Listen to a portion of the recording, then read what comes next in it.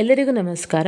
ರುತೀಸ್ ಕಿಚನ್ಗೆ ಸ್ವಾಗತ. ಇವತ್ತು ನಾವು ಚಳಿಗಾಲದಲ್ಲಿ ವಿಶೇಷವಾಗಿ ಫ್ರೆಶ್ ಆಗಿ ಸಿಗುವಂಥ ಹಸಿರು ಬಟಾಣಿ ಕಾಳುಗಳನ್ನು ಉಪಯೋಗಿಸಿಕೊಂಡು ಮುಂಬೈನ ಒಂದು ಸ್ಪೆಷಲ್ ರೆಸಿಪಿಯಾದ ಪಾವ್ ಭಾಜಿಯನ್ನು ಹೇಗೆ ಮಾಡುವುದು ಅಂತ ನೋಡೋಣ. ಮೊದಲಿಗೆ ನಾನಿಲ್ಲಿ 8ರಿಂದ 10 ಬ್ಯಾಡಗಿ ಮೆಣಸನ್ನು ಬಿಸಿ ನೀರು ಹಾಕಿ ಒಂದು ಅರ್ಧ ಗಂಟೆಗಳ ಕಾಲ ನೆನೆಸಿ ಇಟ್ಕೊಂಡಿದ್ದೇನೆ.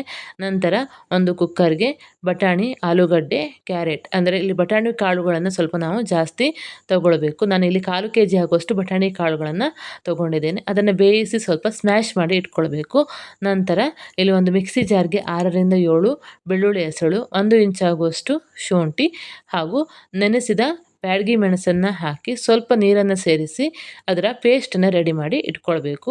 ನಂತರ ನಾನಿಲ್ಲಿ 3 ಈರುಳ್ಳಿ ಹಾಗೂ 2 ಟೊಮೆಟೊ ಹಾಗೂ 2 ಕ್ಯಾಪ್ಸಿಕಮನ್ನು ಸಣ್ಣದಾಗಿ ಹೆಚ್ಚಿ ರೆಡಿ ಮಾಡಿ ಇಟ್ಕೊಂಡಿದ್ದೇನೆ. ನಂತರ ಒಂದು ಪಾತ್ರೆಗೆ ಸ್ವಲ್ಪ ಎಣ್ಣೆ, ಸ್ವಲ್ಪ ಬೆಣ್ಣೆ ಕರಗಿದ ನಂತರ ಸಣ್ಣದಾಗಿ ಹೆಚ್ಚಿದಂಥ ಈರುಳ್ಳಿಯನ್ನು ಹಾಕಿ ಅದು ಕೆಂಪಗಾಗೋ ತನಕ ನಾವು ಫ್ರೈ ಮಾಡ್ಕೊಳ್ಬೇಕು. ಅದಾದ ನಂತರ ಅದಕ್ಕೆ ಟೊಮೆಟೊವನ್ನು ಹಾಕಿ ಒಂದು 5 ನಿಮಿಷ ಫ್ರೈ ಆದ ನಂತರ ಈಗ ನಾವು ಅದಕ್ಕೆ ಸಣ್ಣದಾಗಿ ಹೆಚ್ಚಿರುವಂಥ ಕ್ಯಾಪ್ಸಿಕಮನ್ನು ಹಾಕಿ ಒಂದು 10 ನಿಮಿಷಗಳ ಕಾಲ ನಾವು ಅದನ್ನು ಚೆನ್ನಾಗಿ ಫ್ರೈ ಮಾಡ್ಕೊಳ್ಬೇಕು. ನಾನಿಲ್ಲಿ ಬ್ಯಾಡಗಿ ಮೆಣಸಿನ ಪೇಸ್ಟನ್ನು ಹಾಕ್ತಾ ಇದ್ದೇನೆ. ಇದು ಖಾರಕ್ಕೆ ಮತ್ತು ಕಲರ್ಗೆ ಎರಡೂ ಕೂಡ ಈ ಪೇಸ್ಟ್ ಅನ್ನುವಂಥದ್ದನ್ನು ನಾನು ಬಳಸ್ತಾ ಇದ್ದೇನೆ. ಇಲ್ಲಿ ಯಾವುದೇ ರೀತಿಯಾದ ಆರ್ಟಿಫಿಷಿಯಲ್ ಕಲರನ್ನು ನಾವು ಸೇರಿಸ್ತಾ ಇಲ್ಲ. ನೀವು ನೋಡ್ಬೋದು ಕಲರ್ ಯಾವ ರೀತಿಯಾಗಿ ಬಂದಿದೆ ಅಂತ ಹೇಳಿ. ಈಗ ಇದಕ್ಕೆ 1 ಚಿಟಿಕೆ ಆಗುವಷ್ಟು ಅರಿಶಿಣದ ಪೌಡರ್ ಹಾಗೂ ನಾನಿಲ್ಲಿ ರೆಡಿಮೇಡ್ ಪಾವ್ ಭಾಜಿ ಮಸಾಲವನ್ನು ಬಳಸಿಕೊಳ್ತಾ ಇದ್ದೇನೆ.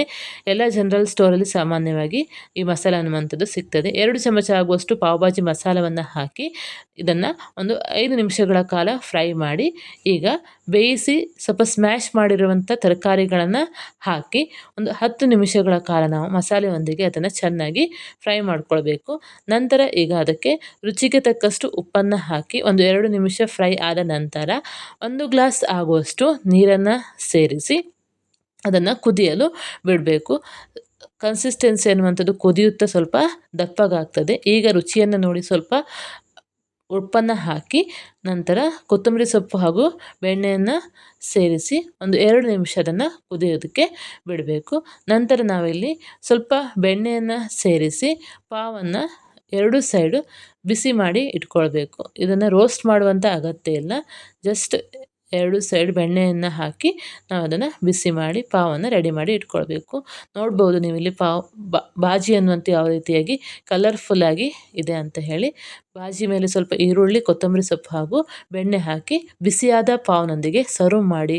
ಒಮ್ಮೆ ಈ ರೀತಿಯಾದ ಪಾವ್ ಭಾಜಿಯನ್ನು ನಿಮ್ಮ ಮನೆಯಲ್ಲಿ ಮಾಡಿ ನೋಡಿ ಹೇಗಾಗಿದೆ ಅಂತ ನನಗೆ ಕಮೆಂಟ್ ಮಾಡಿ ಹೇಳಿ. ಹಾಗೂ ರೆಸಿಪಿ ಇಷ್ಟವಾದಲ್ಲಿ ಶೇರ್ ಮಾಡಿ ಹಾಗೂ ನಮ್ಮ ರುತೀಸ್ ಕಿಚನನ್ನು ಸಬ್ಸ್ಕ್ರೈಬ್ ಮಾಡಿ. ಧನ್ಯವಾದಗಳು.